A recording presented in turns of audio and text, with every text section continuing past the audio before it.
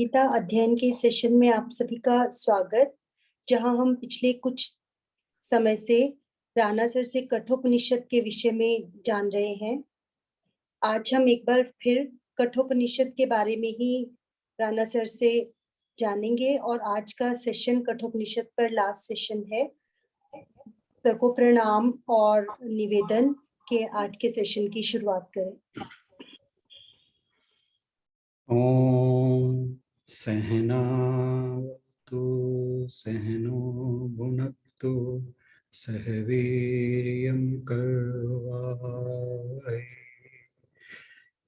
तेजस्विनावधीतम् अस्तु मा विद्विषावहै। ओम शांति शांति शांति। सभी को बहुत बहुत प्रणाम। और जैसा आशु बहन ने कहा कि हम कठोपनिषद पर ही चर्चा कर रहे हैं। एक बार फिर से जो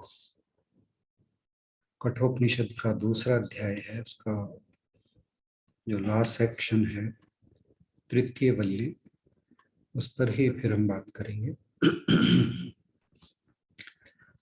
उसका पहला मंत्र है ऊर्ध्व मूलो वाक् शाखा एषो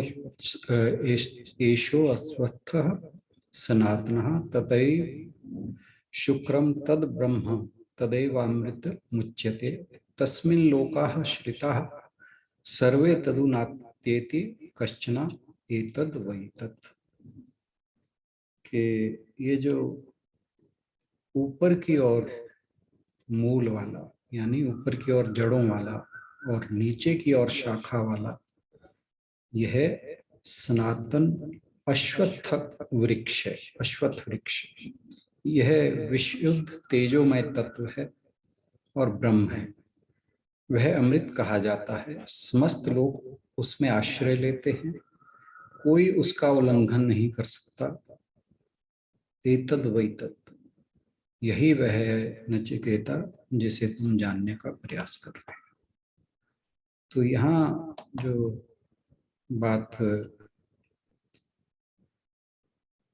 यमदेव जी नचिकेता को बता रहे हैं, वो संसार के बारे में बता रहे हैं कि जो संसार है ये एक अश्वत्थ वृक्ष के समान है।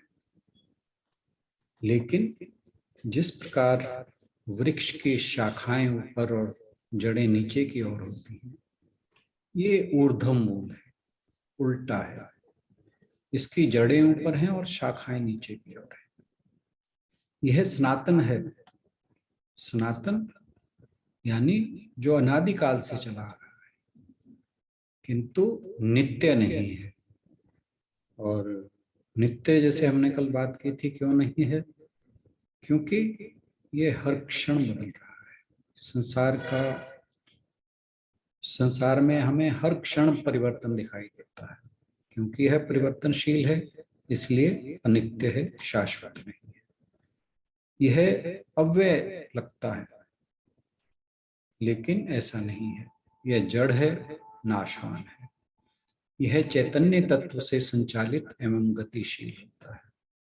क्योंकि इसके मूल में ईश्वर है, वो सनातन तत्व है, शाश्वत तत्व है। उसी चैतन्य तत्व की वजह से ये हमें क्रियाशील और गतिमान दिखाई देता है, और वे प्रभु ही इसका संचालन करते हैं। तो इस जगत की जो हमें भासित हो रहा है, इसके भासित होने के पीछे जो सत्ता है वो ईश्वर की है। तो ये हमें इस संसार के बारे में बताया गया अश्वत्थ वृक्ष के जैसा कि हमने गीता जी के 15वें अध्याय में भी पढ़ा था। उसमें जो पहले 4 श्लोक थे इसी संबंधित थे। तो संसार को वृक्ष क्यों कहा गया? वृक्ष इसलिए कहा गया कि इसकी उपमा जो वृक्ष के साथ दी गई है, आपको ध्यान होगा 15वें अध्याय में ये बात आई थी, श्लोक मुझे ध्यान नहीं है कौन सा है, कि वैराग्य से इस वृक्ष का छेदन करना चाहिए। तो इसीलिए इसे वृक्ष कहा गया है कि क्योंकि जो वृक्ष है उसका छेदन किया जा सकता है। तो ये जो संसार रूपी वृक्ष है, ज्ञानी पुरुष वैराग्य के द्वारा उसका छेदन कर देते हैं। तो संसार वृक्ष के मूल में परमात्मा ही स्थित है, और मूल जो है ऊपर की ओर है या जड़ें ऊपर की ओर हैं। इसका मतलब ये है कि जो इसके मूल में परमात्मा है वह महान है, वह पूज्य है। और जैसे ही उन जड़ों का या मूल का ज्ञान होता है तो परमात्मा का भी ज्ञान हो जाता है, और इस संसार का रहस्य जो है वो प्रकट हो जाता है। तो परमात्मा कारण है और संसार कार्य है। और जिस प्रकार वृक्ष में जो उसकी शाखाएं हैं, ब्रांचेस हैं, पत्ते हैं, फल हैं, इन सब के कारण वे जो वृक्ष है वो फलता फूलता है, विस्तार को प्राप्त होता है। उसी प्रकार इस जगत के अलग अलग तरह के पदार्थ, अलग अलग लोग, अलग अलग तरह के प्राणी, अलग अलग तरह के पेड़ पौधे, जीव जंतु, ये सब उस जो जगत रूपी वृक्ष है उसका विस्तार करते हैं। और फिर अगले श्लोक मंत्र में वो बताते हैं कि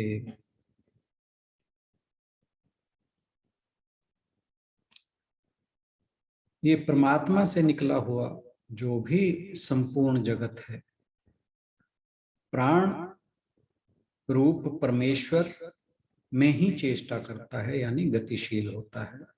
इस उठे हुए वज्र के समान महान भयंकर रूप परमेश्वर को जो जानते हैं वे अमृत हो जाते हैं। तो यहाँ पर जो ईश्वर को भय रूप कहा है, मैं महान भय रूप, उसका अर्थ ये है कि जो भी जगत में सृष्टि चक्र में जो कुछ भी घटित हो रहा है वो एक नियम या विधान के तहत हो रहा है, और जो वह नियम है सृष्टि का, जो विधान इस प्रभु ने इस जगत के चलाने के लिए बना रखा है, उस विधान से ही ये जगत चक्र चलता है। तो अगर वह कठोर अनुशासन ना हो तो फिर इस सृष्टि चक्र का चलना, सुचारू रूप से चलना जो है वो असंभव हो जाएगा। तो ये जो कहा कि वज्र, उठे हुए वज्र के समान, ये ऐसे ही है कि जैसे कोई राजा है तो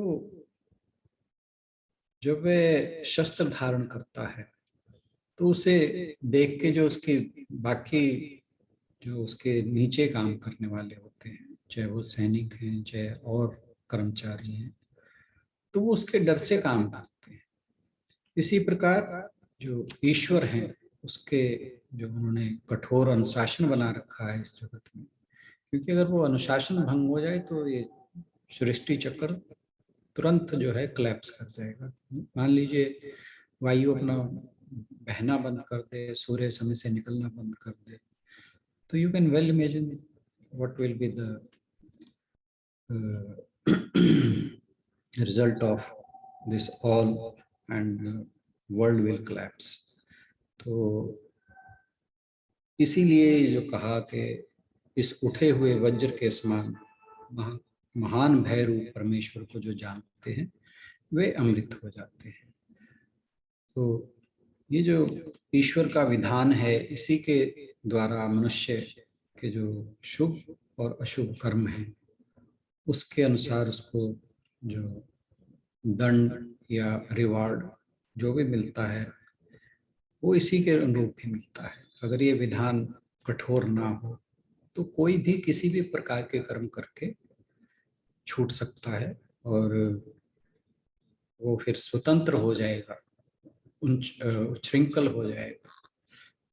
तो उदंड हो जाएगा, कुछ भी करता घूमेगा। तो ये जो कठोर विधान है, इसी ये एक अंकुश लगाता है मनुष्य के ऊपर कि वह गलत दिशा में ना जाए। तो जो परमेश्वर के इस तेज और प्रताप को अच्छे से समझ लेता है, वो मनुष्य समस्त भय से मुक्त और आनंदमय हो जाता है। फिर अगले मंत्र में वो कहते हैं कि इसके भय से अग्नि तपता है, इसके भय से सूर्य तपता है, इसके भय से इंद्र, वायु और पांचवा मृत्यु देवता कार्य में प्रवृत्त होते हैं। तो इस यहाँ पर लगभग वही बात कंटिन्यू की गई है कि जो परमात्मा है वही इस विश्व को धारण करते हैं, पोषण करते हैं और संचालन करते हैं। उनके सामर्थ्य से ही इस विश्व की व्यवस्था होती है और उनके प्रताप से ही अग्नि में ऊष्मा या गर्मी है, सूर्य में तेज या प्रकाश है, इंद्र, वायु और आदि देव जो हैं, इनमें जो भी शक्तियां हमें परिलक्षित होती हैं, दिखाई देती हैं। इंद्र वर्षा करते हैं, वायु और जो अन्य देव हैं वो अपनी अपनी शक्तियों के अनुसार कार्य करते हैं और ये सभी शक्तियां उन्हें ईश्वर से ही मिली हुई हैं। और इसमें साथ ही यमराज जी ने कहा कि जो मृत्यु विकराल प्रतीत होती है, प्राणियों का प्राण हरण करने के लिए उनको भयभीत कर देती है, परमात्मा के कठोर विधान के कारण ही प्रवृत्त होती है। तो जो मृत्यु या ये कहिए कि जो यमराज के गण हैं, वो समय आने पर मनुष्य के प्राण हरने के लिए जो आते हैं, वह भी उस प्रभु का बनाया हुआ विधान ही है। तो जो विवेकशील मनुष्य मृत्यु के स्वरूप को जानकर उससे के भय से भयभीत नहीं होते तथा उसमें भी परमात्मा का दर्शन करते हैं, उनके लिए मृत्यु एक उत्सव हो जाती है। तो कहा कि जो एकाक्षर ब्रह्म ओम का स्मरण करते हुए प्राण विसर्जन करता है, वह परम गति को प्राप्त होता है। तो जो उस ओम का स्मरण करते हुए, ये भगवत गीता में भी आया था, ओम इति एकाक्षर ब्रह्म का श्लोक है। तो कहा कि जो ज्ञानी है वो ओम जो एकाक्षर है उसका स्मरण करते हुए जब प्राण को त्यागता है तो उसे परम गति मिलती है। और जो अज्ञानी मनुष्य है वो मृत्यु से मृत्यु को प्राप्त होता है। क्यों? वह उसका जो मन है वो कामनाओं में लिप्त है, उसकी इंद्रियां भोगों में लिप्त है। तो उसको जब मरणासन होता है तो उसे ईश्वर याद नहीं होता। तो इसी कारण उसकी जो गति है वो निम्न योनियों में होती है। फिर अगले मंत्र में कहते हैं कि यदि देह छूटने से पूर्व इस देह में ही आत्म साक्षात होने में समर्थ हो सका तो ठीक है, सौभाग्य है, अन्यथा कल्पों तक लोगों में शरीर भाव को ही प्राप्त करता रहेगा। तो ये तो हर कोई, जितने भी उपनिषद हैं, हर उपनिषद में लगभग ये बात अलग अलग तरीके से कही गई है। जैसे हमने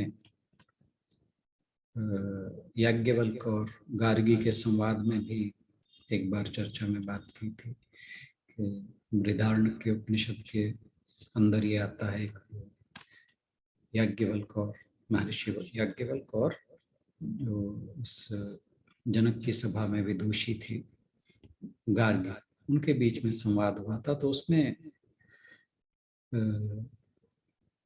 महर्षि याज्ञवल्क्य ने कहा था कि जो मनुष्य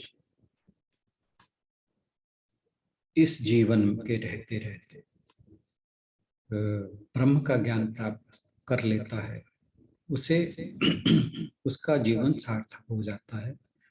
अन्यथा जो इस ज्ञान को प्राप्त नहीं करता वह अपने जीवन का नाश करता है। तो यहाँ भी लगभग वही बात कही गई है कि यदि देह छूटने से पूर्व इस देह में ही आत्म साक्षात होने में समर्थ हो उसका। यानी इस देह में का मतलब है कि इसी जीवन में, जब तक यह देह है, जीवन हर किसी का तभी तक है जब तक उसके पास ये देह है।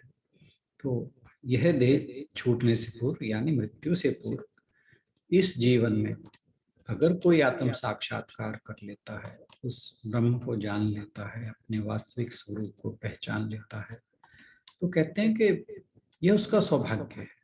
अन्यथा कल्पों तक लोकों में शरीर भाव को प्राप्त करता रहेगा। इसका मतलब है कि फिर वो पता नहीं कितने सृष्टि चक्रों के अंदर अलग अलग योनियों में उसको, कभी पेड़ पौधे का, कभी जीव जंतु का, अन्य तरह तरह की योनियों में वो भटकता हुआ शरीर भाव को प्राप्त करता रहता है। तो ये जो मनुष्य योनि मनुष्य को मिली है, ये सिर्फ इसलिए मिली है कि वह उस शाश्वत तत्व को जानकर मोक्ष को प्राप्त कर सके। और जो इस लाभ को, इस परम लाभ को पाने से वंचित रह जाता है, तो मानो उसने अपना जीवन जो है वो गंवा दिया। और जो जीवन गंवा देता है उसके बाद फिर वो पता नहीं किस प्रकार की योनि में भटकता हुआ अपनी गति को प्राप्त करता है। फिर अगले मंत्र में वो कहते हैं कि जैसे दर्पण में प्रतिबिंब दिखता है, जैसे शुद्ध अंतःकरण में ब्रह्म का दर्शन होता है, जैसे स्वप्न में वैसे पितृलोक में, जैसे जल में वैसे गंधर्व लोक में परमात्मा सा दिखता है। ब्रह्मलोक में छाया और धूप की भांति पृथक पृथक दिखते हैं। अब ये इस मंत्र में जो बात कही गई है उसका तात्पर्य ये है कि जो मनुष्य है वो जब अलग अलग लोकों में जाता है, अलग अलग गति को प्राप्त होता है, मृत्यु के बाद अलग अलग देहों को प्राप्त करता है, तो किस किस लोक में उसे, अगर वो चाहे ईश्वर का साक्षात्कार करना या अपने स्वरूप को देखना, तो उसका दर्शन उस स्वरूप का या उस ईश्वर का या आत्म तत्व का दर्शन किस प्रकार का होता है। तो कहा कि जिस प्रकार दर्पण में प्रतिबिंब स्पष्ट दिख जाता है, उसी प्रकार मनुष्य के निर्मल अंतःकरण में भी परमात्मा का दर्शन संभव हो जाता है। तो यानी जो ये मनुष्य योनि है, जो कहते हैं कि बहुत सी पुण्यों के बाद प्राप्त होती है, तो इस मनुष्य योनि में अगर मनुष्य अपना मन जो है वो निर्मल कर लेता है। निर्मल कैसे करेगा? काम, क्रोध, लोभ, मोह, मद, मत्सर्य, ये जितने भी हमारे जो दुर्गुण हैं हमारे अंदर, जितने भी विकार हैं मन के, अगर किसी तरह से इनका शोधन कर सके मनुष्य, इनको अपने अंदर से हटा सके, इनको दूर कर सके और अपने मन को निर्मल कर सके, तो कहा कि जैसे दर्पण में जो अपनी छाया बिल्कुल साफ दिखती है, तो उसी प्रकार मनुष्य के निर्मल अंतःकरण में भी परमात्मा का दर्शन संभव हो जाता है। तो यानी मनुष्य जीवन के अंदर परमात्मा का स्पष्ट साक्षात्कार करना संभव है, और तभी संभव है जब हमारा अंतःकरण पूर्णतः निर्मल हो जाए। फिर और जो लोक हैं उनमें किस प्रकार का जो दर्शन है वो किस प्रकार का होता है? कहा जिस प्रकार स्वप्न में कामनाओं के अनुसार अनेक प्रकार के कल्पित दृश्य दिखाई देते हैं, जिनमें आपस में कोई सामंजस्य नहीं होता। अब हम, क्योंकि जो जागृत अवस्था होती है उसमें मन में बहुत तरह की कामनाएं होती हैं, तो हमारे शास्त्र कहते हैं कि जो वो दबी हुई कामनाएं हैं, और वो जरूरी नहीं कि अभी इसी जन्म की हों या अभी कुछ पुराने समय की हों या बहुत पुरानी हों, यू नेवर नेवर, वो कैसे होता है वो that is entirely different story. तो जो हमारे मन में दबी हुई इच्छाएं या कामनाएं हैं, वही स्वप्न जगत में जो है वो अनेक प्रकार के कल्पित दृश्य बनाती है, और जो भी दृश्य होते हैं वो उनका आपस में कोई सामंजस्य, मतलब कोई रिलेशन नहीं होता। कोई एक दृश्य कहीं से आता है, दूसरा कहीं से आता है, और वो दोनों का कोई रिलेशन नहीं है। आप एक बार सोए तो सपोज करिए थोड़ी देर के बाद आपकी आंख खुलती है और दोबारा सो जाते हो, तो हो सकता है पहले आप कुछ और देख रहे हो, दूसरी बार कुछ और देख रहे हो। तो जितने भी ये कल्पित दृश्य हैं इनका आपस में कोई सामंजस्य नहीं है। और कहा कि उसी प्रकार काम कर्मों से प्राप्त, जब हम कुछ इच्छाओं के अनुरूप अपना कर्म करते हैं तो जो पितृलोक प्राप्त होता है उसमें ब्रह्म का अव्यवस्थित एवं अस्पष्ट दर्शन होता है। तो जो पितृलोक में ब्रह्म का दर्शन है वह स्पष्ट नहीं होता। अव्यवस्थित मतलब अनऑर्गेनाइज्ड, मतलब क्लियर नहीं है। जैसे आप ये समझिए कि जैसे पानी में लहरें आ रही हैं तो उसमें जो पेड़ है वो बड़ा अजीब सा दिखता है, उसी प्रकार समझ लीजिए। बिल्कुल, हाँ, आगे एग्जाम्पल आ गई। जिस प्रकार मलिन एवं चंचल जल में प्रतिबिंब स्पष्ट नहीं होता, उसी प्रकार गंधर्व लोक में ब्रह्म का दर्शन स्पष्ट होता है।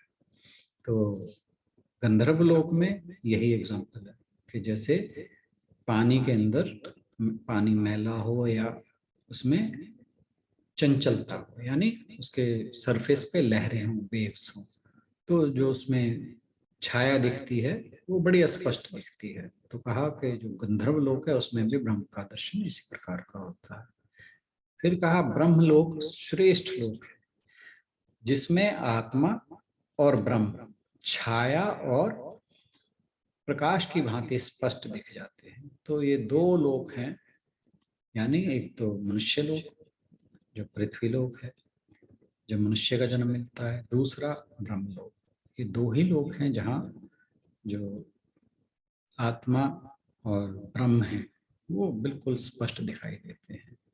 आत्मा और ब्रह्म के एक होने पर अल्प और पूर्ण का भेद नहीं रहता। तो यानी जो हम कहते हैं कि आत्मा जो है वो परमात्मा का अंश है, जब वह आत्म साक्षात्कार हो जाता है फिर ये भेद खत्म हो जाता है।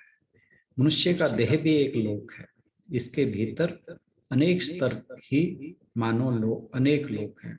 मनुष्य अपने भीतर ही चेतना के अनेक परतों में या चेतना के अनेक स्तरों पर ब्रह्म की आंशिक अनुभूति करता है, तथा अंत में ब्रह्म के साथ तादात्म्य होने पर दोनों का अभेद हो जाता है, तथा वह अहम ब्रह्मास्मि, मैं ब्रह्म हूँ, या शिवोहम शिवो, जैसे आचार्य शंकर जी कहा करते हैं, मनोबुद्धि अहंकार चित्तानि नाहं चिदानंद रूपः शिवोहम शिवो, फिर यह भाव आ जाता है।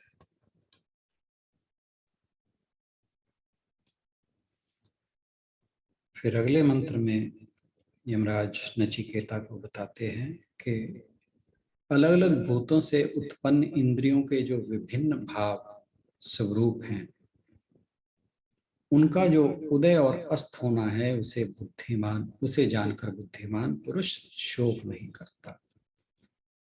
तो इसमें बताया गया कि जो मनुष्य है उसकी इंद्रियां अपने अपने कारणों से उत्पन्न होती हैं तथा वे आत्मा से पृथक होती हैं। तो जो इंद्रियां जिस जिस विषय की ओर जाती हैं उसी प्रकार के उसे अनुभव होते हैं, तो वही उसका कारण बनते हैं। तो कहा कि उनका उदय होता है और उनका अस्त होता है, किंतु चेतन आत्मा सदैव एक रस है। तो जो इंद्रियां हैं वो उदय और अस्त होती है।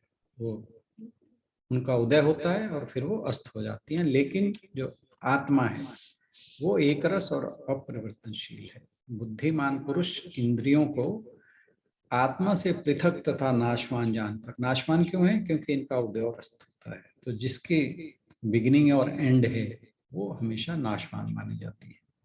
तो जो ज्ञानी पुरुष है वो इंद्रियों को आत्मा से अलग मानता है और इस कारण वह उनके संबंध में शोकाकुल नहीं होते। उनको इस चीज का दुख नहीं होता। क्योंकि जब मनुष्य जागृत अवस्था में होता है तो उसके मन और इंद्रियां सक्रिय रहते हैं। तो इसका मतलब है कि जब इंद्रियां सक्रिय हैं तो वो उदित हो गई हैं, उनका उदय हो गया है, उनकी शुरुआत हो गई है। और मनुष्य की स्वप्नावस्था में मन सक्रिय रहता है तथा इंद्रियां निष्क्रिय रहती हैं। और जो सुषुप्ति अवस्था है, गहरी नींद की अवस्था है, उसमें मन और इंद्रियां दोनों ही निष्क्रिय रहती हैं। तो इसका मतलब है कि यह उनका अस्त होना है। और बुद्धिमान पुरुष देह, मन और इंद्रियों को नित्य चेतन आत्मा से पृथक जानकर शोक, भय और चिंता से ग्रस्त नहीं होता। तो जो भी इंद्रियों के विषयों के कारण एक्सपीरियंस होते हैं वो हमेशा दुख और सुख लाने वाले होते हैं, और सुख भी अंततः दुख का ही कारण बनता है क्योंकि ये क्षणिक है।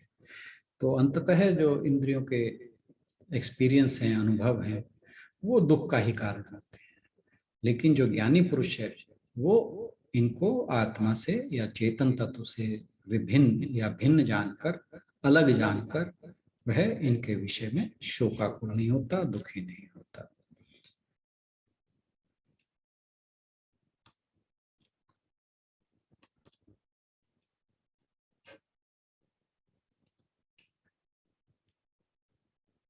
इसके बाद जो अगला मंत्र है उसमें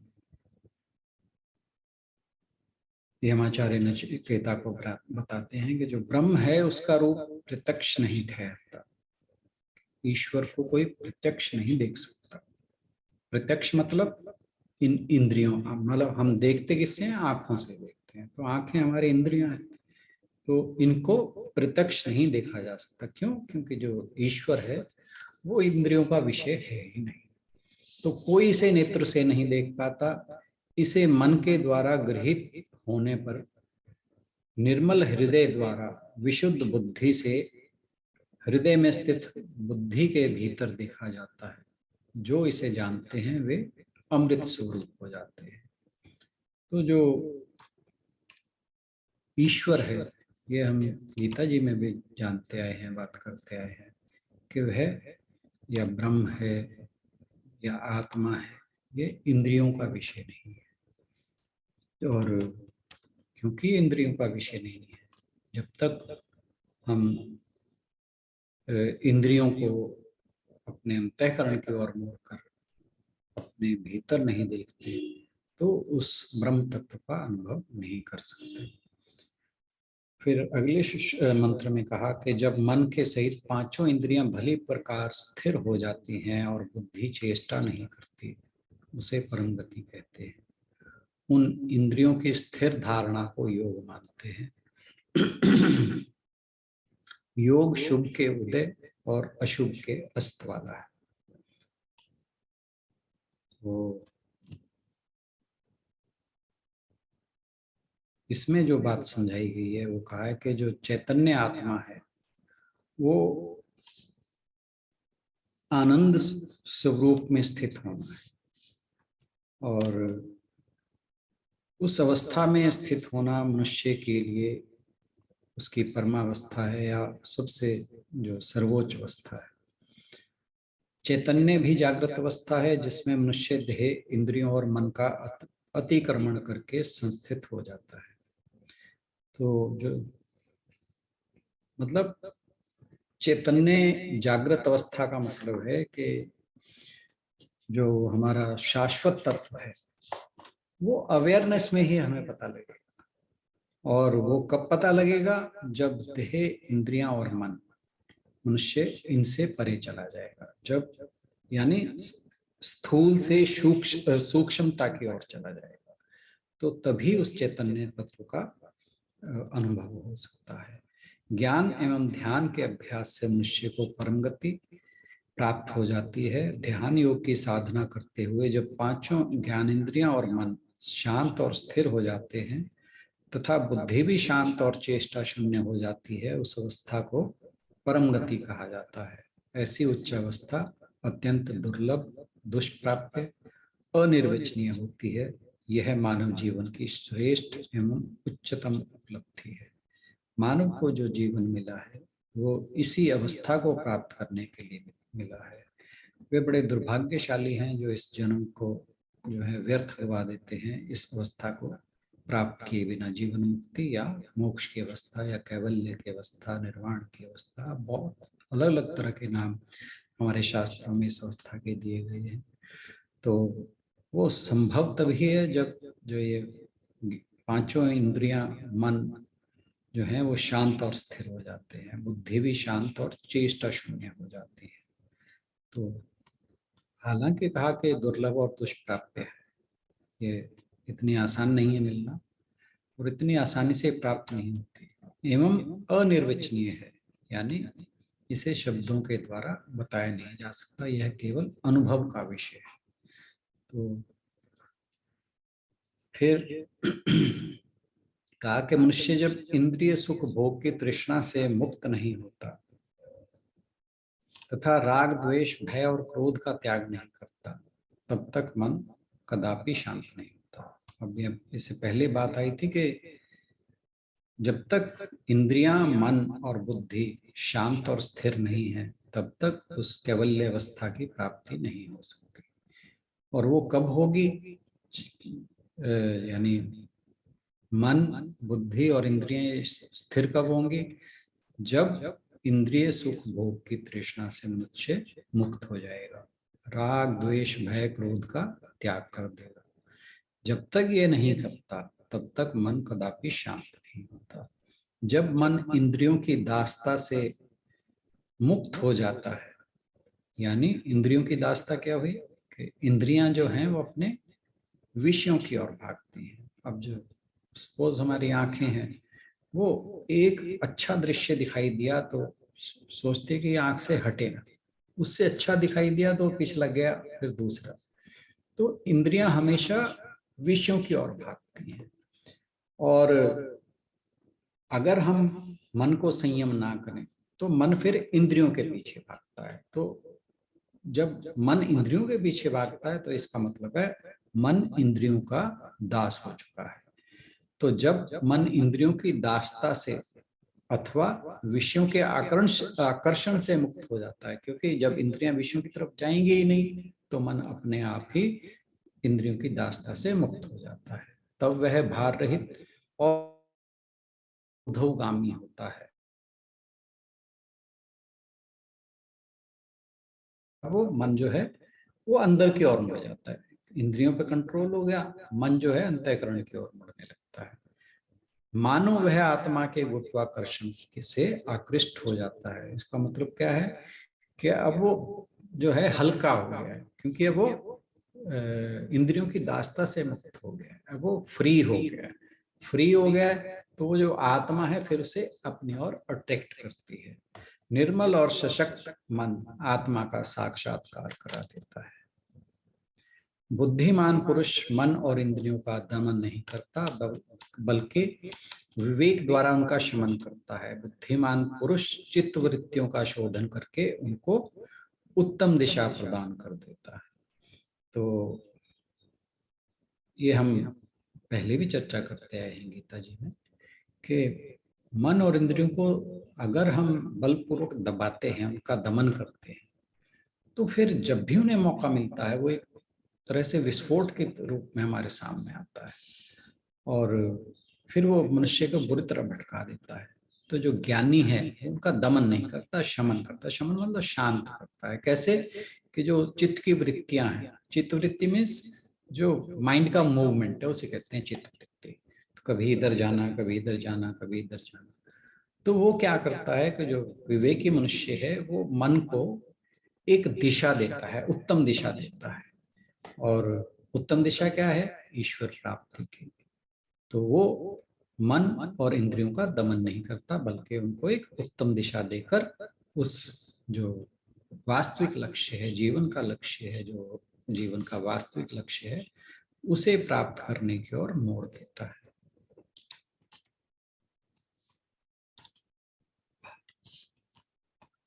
फिर अगले मंत्र में यमाचार्य नचिकेता से कहते हैं ईश्वर के बारे में ही या ब्रह्म के बारे में फिर से उसी बात को जारी रख रहे हैं। वह ना वाणी से, ना मन से, ना चक्षु से ही प्राप्त किया जा सकता है। वह है ऐसा कहने वाले के अतिरिक्त उसे अन्य किस प्रकार से प्राप्त किया जा सकता है। अर्थात उस निर्विशेष को विश्वास करने के अतिरिक्त कहा ही नहीं जा सकता। बस वह है, इतना विश्वास ही पर्याप्त है। तो ये तो बात हम करते ही आ रहे हैं कि जो ईश्वर है या ब्रह्म है वो इंद्रियों का विषय नहीं है। उसे न वाणी से, न मन से, न चक्षु से, इंद्रियों और मन से उसे प्राप्त नहीं किया जा सकता, ना जाना जा सकता है। तो सबसे पहले उसे जानने का तरीका क्या है? क्योंकि अगर हमारा मन उसको हमारी इंद्रियों से ना तो देख सकती हैं, ना सुन सकती हैं, ना उसके बारे में कह सकती हैं, तो उसका विश्वास कैसे किया जाए? क्योंकि जो नास्तिक है या साधारण मनुष्य है, वो जो चीज उसे इंद्रियों के हिसाब से उसे समझ आती है उसे तो वो मानता है। क्यों आजकल लोग जो हैं वो जो साइंटिफिक ज्यादा हो गए, तो वो जो तर्क के ऊपर ठहरता नहीं है बात। मैं मुझे तो दिखाई नहीं देता तो मैं कैसे मानूं? तो कहा कि वो ऐसा है ही नहीं कि उसे देखा जा सके, या न वाणी से, न मन से, न चक्षु से ही प्राप्त किया जा सकता है।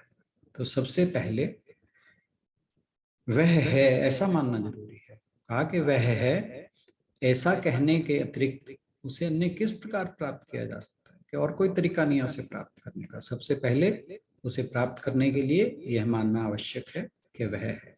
जब यह विश्वास हो जाएगा, इस ईश्वर में श्रद्धा होगी, तभी हम उसको प्राप्त करने के लिए, उसको जानने के लिए, उसका अनुभव करने के लिए प्रयास करेंगे। तो कहा कि जो समस्त ज्ञान ग्रंथ हैं वो एक स्वर से घोषित करते हैं कि परमात्मा का ग्रहण ना वाणी से, ना मन से और ना चक्षु से ही होना संभव है। तो फिर इसके अतिरिक्त क्या कोई और प्रमाण हो सकता है कि जो ज्ञानी पुरुष हैं अपने ज्ञान और अनुभव के आधार पर ऐसा कहते हैं कि वो है? तो कहा कि ये एक बड़ा विचित्र प्रश्न है। परम सूक्ष्म परमात्मा परम सूक्ष्म तत्व है तथा उसका ग्रहण वाणी, मन और चक्षु से होना संभव नहीं है। लेकिन परमात्मा के अस्तित्व को जो ज्ञानी हैं वे अपने चिंतन और अनुभव के आधार पर प्रमाणित करते हैं। और उनके ये जो ज्ञानी मनुष्य हैं, जो ऋषि मुनि हैं, उनके जो कहे हुए वाक्य हैं वही विश्वसनीय शब्द प्रमाण है कि जो उन्होंने कहा है बस वही, क्योंकि उन्होंने उसको अनुभव किया है। और उनके अनुभव हर निसंदेह सबके अलग अलग रहे हैं, परंतु सब एक ही बात जरूर कहते हैं कि उसे जाना जा सकता है, उसे अनुभव किया जा सकता है। और जो उन्होंने कहा है ये बात, उसको मान लेना ही सबसे पहले जरूरी है। और ये उनके विश्वसनीय शब्द प्रमाण है कि जो उन्होंने कहा है वो ये उनकी विश्वसनीयता है इस बात पर। तो निश्चय ही परमात्मा की सूक्ष्म दिव्य सत्ता मनुष्य की बुद्धि की सीमा से परे है। तो वह, क्योंकि हमारी जो मन, बुद्धि, इंद्रियां आदि हैं ये सब स्थूल हैं, और जो शाश्वत तत्व है वो सूक्ष्म से भी सूक्ष्मतर है। तो यानी वो मनुष्य की बुद्धि की सीमा से परे है। फिर इसके बाद वे कहते हैं कि वह है, यानी ईश्वर की बात है, वह है ऐसा हृदयंगम कर लेना चाहिए, हृदय में अपने उतार लेना चाहिए। तदनंतर उसे तत्व भाव से भी ग्रहण करना चाहिए। इन दोनों प्रकार से वह है ऐसी निष्ठा वाले पुरुष के लिए परमात्मा का वास्तविक स्वरूप प्रत्यक्ष हो जाता है। तो सबसे पहले तो ये बात अपने मन में उतारनी है कि वो है, और उसके बाद फिर उसको तत्व रूप से जानने का प्रयास करना है। तो जो ऐसा करता है उसके लिए परमात्मा का वास्तविक स्वरूप प्रत्यक्ष हो जाता है। जो हमारे ऋषि मुनि जिन्होंने कहा कि वह है, वो इसी प्रकार किया, उन्होंने पहले उसको माना फिर उसको जाना। परमात्मा है ऐसा तर्क से प्रमाणित नहीं हो सकता, ये लॉजिक से परे है। अनुभव यह अनुभव गम्य है, ये सिर्फ एक्सपीरियंस किया जा सकता है, इसके बारे में डिबेट नहीं हो सकती। जो परमात्मा के अस्तित्व को स्वीकार करते हैं उनके लिए तर्क की आवश्यकता नहीं है, और जो उसके अस्तित्व को स्वीकार नहीं करते उनके लिए सारे तर्क व्यर्थ है। तो जिसने उसको मानना ही नहीं है, उसके सामने जितने मर्जी लॉजिक दिए जाए वो मानेगा नहीं, और जो उसको मानता है, जो उसके अस्तित्व को, उसकी एग्जिस्टेंस को मानता है, उसे तर्क की जरूरत नहीं, उसे है श्रद्धा पहले से ही है। तो वह इस जगत में ओतप्रोत एवं व्याप्त है, जैसे तिल में तेल और दूध में घी व्याप्त रहता है। वह अवश्य है, इस प्रकार निश्चय करके परमात्मा की सत्ता को उपलब्ध करने वाले सच्चे जिज्ञासु के लिए परमात्मा का वास्तविक स्वरूप स्वयं ही अपने भीतर प्रत्यक्ष हो जाता है। कैसे? जैसे मेघों के हट जाने से सूर्य स्वतः प्रत्यक्ष हो जाता है, वैसे ही अविद्या के दूर हो जाने पर आत्मा प्रत्यक्ष प्रकट हो जाती है। तो जो उस ईश्वर को, उस आत्मा को, उस परमात्मा को, उस ब्रह्म को जानने और ना जानने के बीच का अंतर है, वो केवल अविद्या है। अविद्या का आवरण जो है वो मनुष्य को घेरे रहता है, और वह अविद्या क्या है? वो प्रकृति की माया शक्ति है जो गुणों में उलझा के रखती है मनुष्य को। तो जब तक मनुष्य इस संसार में उलझा रहता है तब तक उसकी अविद्या का आवरण दूर नहीं होता, क्योंकि जो आत्मा है वो स्वयं प्रकाशित है। वो कोई ऐसा नहीं है कि जब कुछ पता लगेगा तो वो प्रकाश में आएगा, वो तो स्वतः प्रकाशित है। और जैसे ही वो अज्ञान का आवरण हटता है तो वो अपने आप प्रत्यक्ष हो जाता है। प्रत्यक्ष का मतलब यहाँ ये नहीं है कि वो दिखने लग जाता है, यानी उसका अनुभव हो जाता है, क्योंकि वो आंखों का विषय नहीं है। तो प्रत्यक्ष होने का मतलब है कि उसका हमें अपने भीतर ही अनुभव हो जाता है कि वो हमारे भीतर है।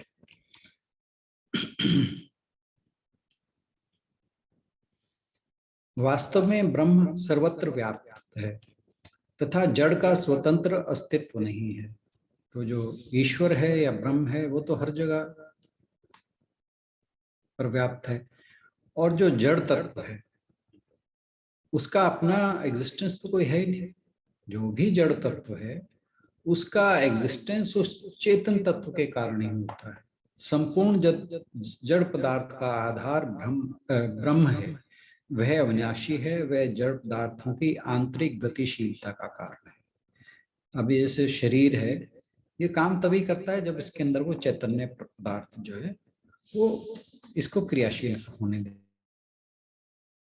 अपने आप क्रियाशील होता तो मृत्यु के पश्चात भी क्रियाशील रहता। तो जो जड़ पदार्थ हैं उनकी आंतरिक गतिशीलता का वही कारण है, तथा चैतन्य प्राणियों की संपूर्ण गतिविधि के मूल में भी वही स्थित है। जो श्रेष्ठ पुरुष हैं उन्होंने चिंतन और अनुभव के आधार पर उद्घोष किया कि एक दिव्य सत्ता है जिसके अनेक प्रकार से वर्णन किए जाते हैं। तो जितने भी हमारे ऋषि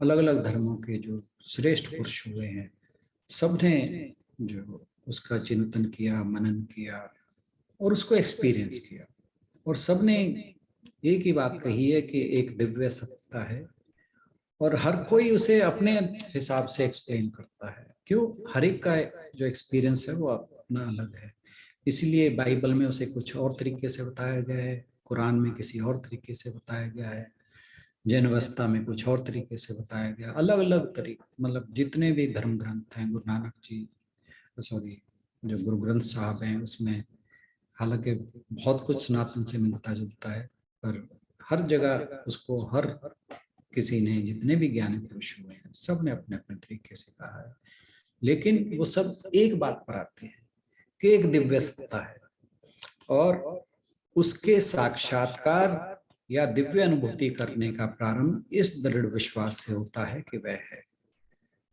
परमात्मा सबके लिए सुलभ है। परमात्मा की प्राप्ति होने पर मनुष्य पुण्य पाप, सुख दुख, हर्ष शोक, यश अपयश, लाभ हानि आदि द्वंद्वों से परे जाकर पूर्णता की अमृतमय अवस्था को प्राप्त हो जाता है।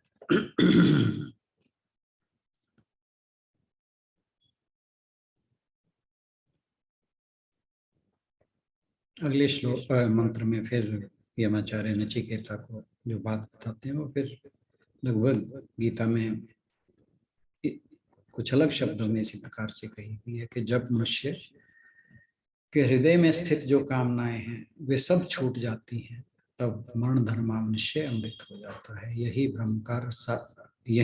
ब्रह्म का रसास्वादन ले लेता है। तो ये तो हम जानते ही हैं कि हमारा जो चित्त है उसकी मेमोरी में, स्मृति में जो सबकॉन्शियस माइंड है, अर्धचेतन मन है, उसके अंदर पता नहीं हमारे कितने जन्म हो चुके हैं। उन सब जन्मों की जो स्मृतियां हैं वो संस्कारों के रूप में भरी हुई है, और वे सारी अतृप्त कामना, क्योंकि मनुष्य का जन्म तभी उसे अगली योनि मिलती है जब तक उसकी कामनाएं अतृप्त रहती हैं। तो वे अतृप्त कामनाएं इकट्ठी होकर हमारे प्रारब्ध का निर्माण करती हैं। तो जो मनुष्य कामनाओं से ग्रस्त है वह बंधन में है, सदा अशांत रहता है, और जो कामनाओं से ग्रस्त नहीं होता वह मुक्त है और शांत है। तो जो कामनाएं ही अशांति का मुख्य कारण है। कामनाग्रस्त मनुष्य सदा भटकता ही रहता है, कामनाओं का अंत नहीं होता। एक कामना दूसरी कामना को उत्पन्न कर देती है। ये हम बहुत अच्छे से जानते हैं कि जो मनुष्य का हृदय है, मन है, वो कभी भी एक कामना से तृप्त नहीं होता। ये बिल्कुल हमारे शास्त्र जैसे कहते हैं कि एक कामना पूरी होती है तो उससे अगली जो है 10 कामनाएं और उत्पन्न होती हैं। जैसे घी, जो अग्नि है उसमें थोड़ा घी डालने पर उसकी ज्वाला और जो है लपटें और तेज हो जाती हैं, ऐसे ही एक कामना पूरी होने पर अनेकों कामनाओं को फिर वो जन्म देती है। तो जो मनुष्य इन्हीं में आसक्त रहता है, इन कामनाओं में आसक्त रहता है, तो उसे दुख और निराशा ही मिलती है। क्योंकि अगर कामना पूरी ना हो तो मन में निराशा, ग्लानि और क्रोध उत्पन्न हो जाते हैं, क्योंकि उसके पीछे का कारण वो ढूंढता है क्यों नहीं हुआ। तो या तो निराश होगा चीज अपनी कामना ना पूरी होने से, उसे कारण पता लग गया तो उसके पीछे क्रोध उसके मन में आएगा। और अगर कोई जिस वस्तु की कामना की है अगर उसे प्राप्त हो जाती है तो फिर उसे ये चिंता रहती है कि मैं इसे जो वस्तु प्राप्त की है ये मेरे पास कैसे बनी रहे। मैंने इतना धन एकत्र कर लिया, मेरे पास इतनी संपत्ति हो गई, तो ये मेरे पास कैसे बनी रहे, ये हमेशा मेरे पास ही बनी रहे। तो एक तो उसे अपने वश में रखने की चिंता, दूसरा कि ये चली ना जाए, छूटने का भय। तो पूरी हो ना हो, जब तक मन में कामना है मनुष्य को बांधे रखती है, और मनुष्य को कामनाएं ऐसे ही भटकाती रहती हैं जैसे मृग को मरुभूमि में उसकी तृष्णा भटकाती है। कामनाग्रस्त मनुष्य ना जागृत अवस्था में शांत रहता है, ना ही निद्रा काल में। भोगवादी मनुष्य कभी चेतना की उच्च अवस्था और परमानंद का अनुभव नहीं ले पाता। वास्तव में भोगों में फंसना ही बंधन का मूल है। आसक्ति एवं कामनाएं चेतना को दूषित और दुर्बल कर देती हैं। विवेकशील मनुष्य, अब ये तो उसकी बात हो रही थी जो इन कामनाओं से ग्रस्त रहता है, लेकिन जो विवेकशील है वो मनुष्य इच्छाओं को नियंत्रित रखता है तथा संयम, सादगी और संतोष एवं परोपकार रखती। तो यानी वो दूसरों के कल्याण के बारे में सोचता है, उनको महत्व प्रदान करता है। निश्चय ही धन में दोष नहीं होता बन के धन के प्रलोभन में दोष होता है, धन के प्रलोभन से ग्रस्त मनुष्य अन्याय के मार्ग पर चल देता है तथा स्वयं अशांत रहकर दूसरों को बेशांत कर देता है। जबकि जो विवेकशील मनुष्य है वो कामनाओं का उदात्तीकरण कर देता है, यानी उन्हें उत्तम दिशा दे देता है। और जब वो कामनाओं को उत्तम दिशा दे देता है, फिर वह भय, चिंता और क्रोध, शोक आदि से मुक्त हो जाता है। कामनाओं का त्याग कर देने से मनुष्य मानव बंधन मुक्त होकर चेतना के उच्च स्तर पर स्थित हो जाता है तथा मनुष्य शरीर रहते हुए ही अमृत स्वरूप हो जाता है। अब अगले मंत्र में यमदेव जी नचिकेता को बताते हैं कि जब हृदय की समस्त ग्रंथियां भली प्रकार से खुल जाती हैं, तब मरण धर्मा मनुष्य इसी देह में, इसी जीवन में अमृत हो जाता है, मृत्यु को पार कर लेता है। बस इतना ही उपदेश है। तो ये जो ग्रंथियों की बात है, गांठें हैं। वो गांठें क्या है कि जो मनुष्य की कामनाएं हैं, क्योंकि वे पूरी नहीं होती, तो वो जितनी भी कामनाएं जो पूरी नहीं होती या तृप्त रहती हैं, वो मन में कुंठाएं उत्पन्न कर देते हैं। इन्हें गांठें कहा जाता है। तो ये जो ग्रंथियां हैं या गांठें हैं, ये अविद्या से उत्पन्न होती हैं। तो जो उत्तम पुरुष है वो अपनी कामनाओं का शमन करता है और उन्हें श्रेष्ठ दिशा प्रदान करता है। कामनाओं की अतृप्ति के कारण उत्पन्न अनेक ग्रंथियां मन की शांति को नष्ट कर देती हैं। जिस मनुष्य का मन इन ग्रंथियों से मुक्त हो जाता है, वह परमात्मा के दिव्य रस का आस्वादन करके इसी जीवन में अमृत स्वरूप हो जाता है।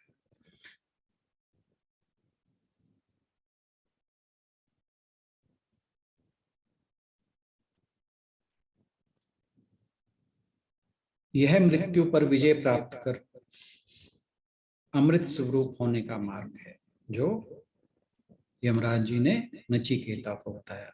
मृत्यु के पश्चात क्या होता है, आध्यात्मिक पुरुष के लिए यह प्रश्न ही निरर्थक है, क्योंकि उसे इस बात से कोई लेना देना नहीं है। जो आध्यात्मिक पुरुष है उसका लक्ष्य होता है कि इसी जीवन में ये जो देह में ग्रंथियां हैं, गांठें हैं, इनसे छूटकर जीवन मुक्ति प्राप्त करना। तो जब उसका लक्ष्य ही इस जीवन के रहते जीवन मुक्ति प्राप्त करना है, फिर मृत्यु के पश्चात कैसा जीवन होगा, क्या होगा, उसको इस बात का ना चिंता रहती है, ना भय रहता है।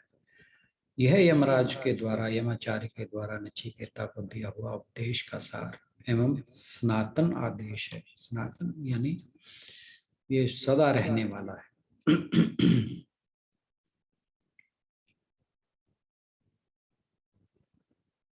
यहाँ पर जो है, जैसे मैंने पहले कहा था कि जो यमाचार्य का उपदेश है वो समाप्त होता है, परंतु 3 मंत्र इसमें आगे और है, और वो है कि हृदय की 101 नाड़ियां हैं, यानी 101 नाड़ियां हैं। उनमें से एक सुषुम्ना मूर्धा की ओर, मूर्धा यानी कपाल की ओर निकली हुई है। उसके द्वारा आरोहण करते हुए, आरोहण मतलब ऊपर की ओर जाना, ऊपर जाकर मनुष्य का जीवात्मा अमृत भाव को प्राप्त हो जाता है। अन्य 100 नाड़ियां काल में नाना जाने के लिए हेतु। तो जो मनुष्य के हृदय कमल से 101 नाड़ियां निकलती हैं, इनमें से सुषुम्ना नाड़ी जो है वो स्पाइन के पैरेलल में मस्तिष्क में स्थित सहस्रदल कमल की ओर आरोहण करती है, जो हमारा यहाँ पर ब्रह्मरंध्र है, जहाँ पर सहस्र कमल का वास है। तो जो सुषुम्ना है वो हमारे स्पाइन के पैरेलल चलती हुई वो ब्रह्मरंध्र की ओर जाती है।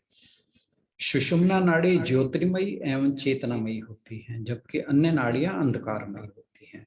मृत्यु मात्र हृदय गति के बंद होने से नहीं, बल्कि मस्तिष्क में स्थित चेतना केंद्र के अवसान या समापन से होती है। ब्रह्मनिष्ठ योगी अपने जीवन काल में जीव मुक्त रहता है। अंत में उसके जो प्राण हैं वो ब्रह्मरंध्र से निकलते हैं। जो सामान्य जन हैं, जो सामान्य मनुष्य हैं, उनके प्राण अन्य मार्गों से निकलते हैं।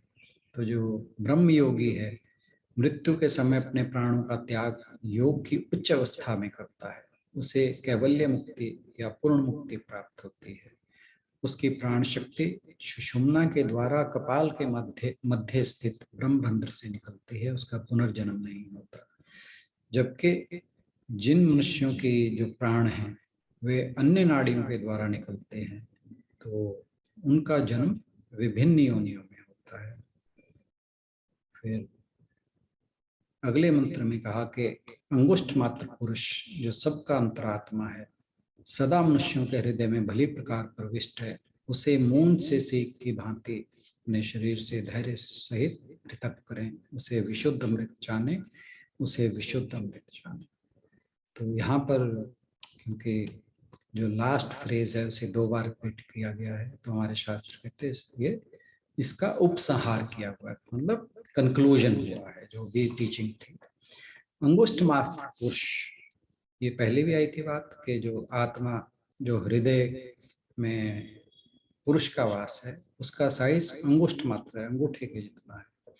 मनुष्य के हृदय कमल में हृदय के कमल का आकार अंगुष्ठ के समान है। मनुष्य के हृदय क्षेत्र में विराजमान हुआ पुरुष अंगुष्ठ मात्र है। मनुष्य ही जीवात्मा को जान सकता है, अतः मनुष्य के हृदय क्षेत्र में स्थित जीवात्मा को अंगुष्ठ परिमाण वाला कहा जाता है कि इस अंगूठे के साइज का है।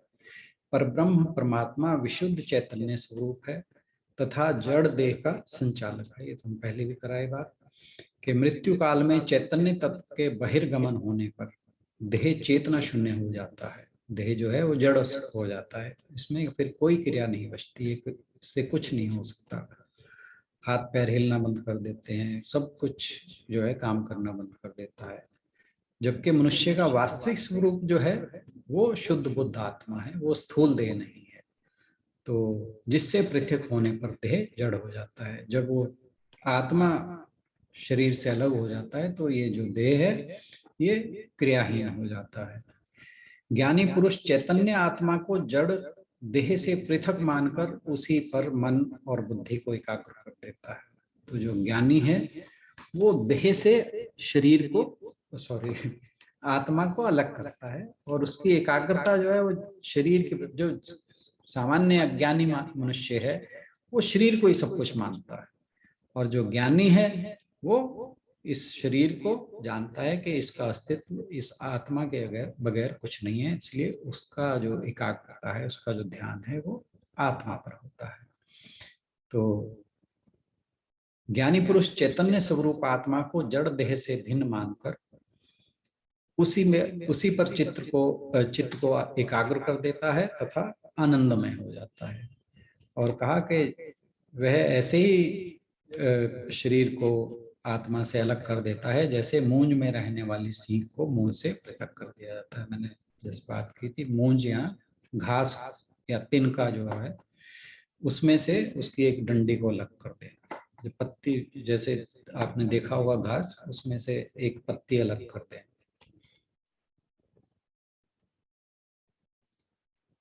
लास्ट मंत्र, इसके सुनने के बाद, यानी जो यमाचार्य ने नचिकेता को कहा, इसके सुनने के पश्चात नचिकेता यम द्वारा बताए गए इस विद्या को और पूरी योग विधि को प्राप्त करके मृत्यु रहित विकार मुक्त और ब्रह्म प्राप्त हो गया। अन्य कोई भी इस अध्यात्म विद्या को इस प्रकार से जान लेता है वह भी ऐसा ही हो जाता है।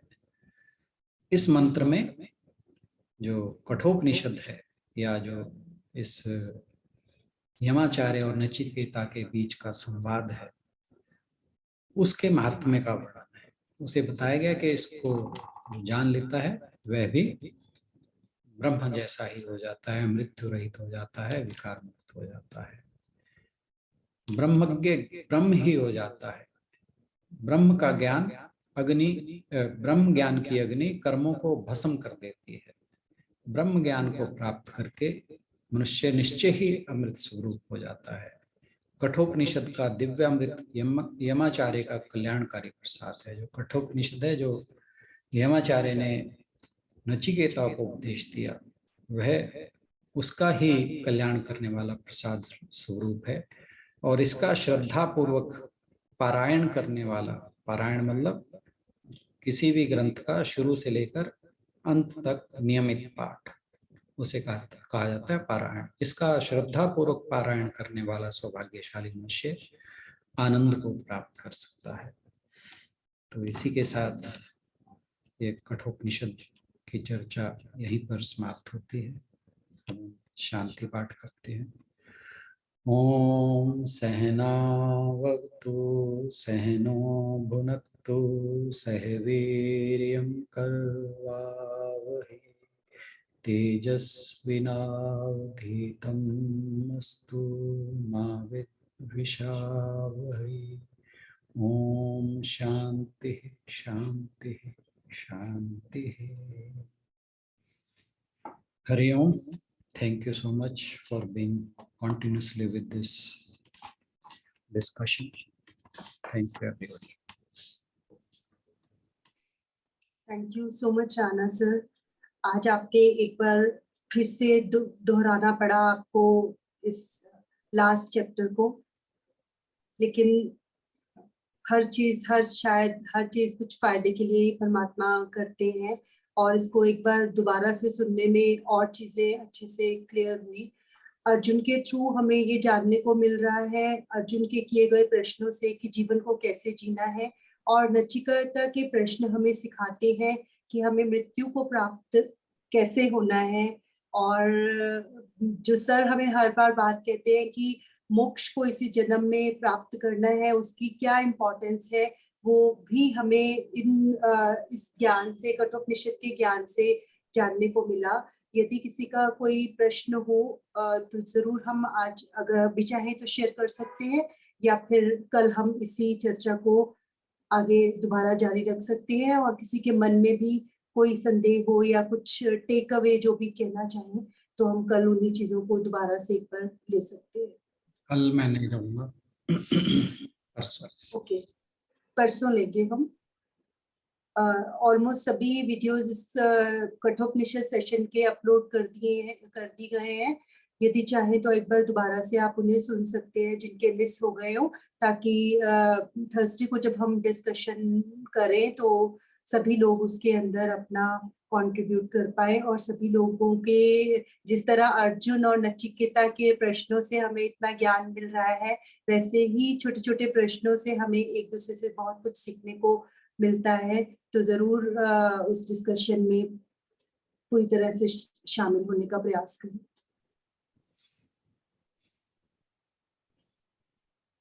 चलिए, इसी के साथ इस कार्यक्रम को, इस कठोपनिषद के सेशन को यहीं पर विराम देंगे, और वीरवार को दोबारा से शामिल होंगे अगली चर्चा में। सर का हम सब की ओर से बहुत बहुत एक बार पुनः धन्यवाद हम तक इस ज्ञान को पहुंचाने के लिए। Thank you so much sir. Thank you everyone.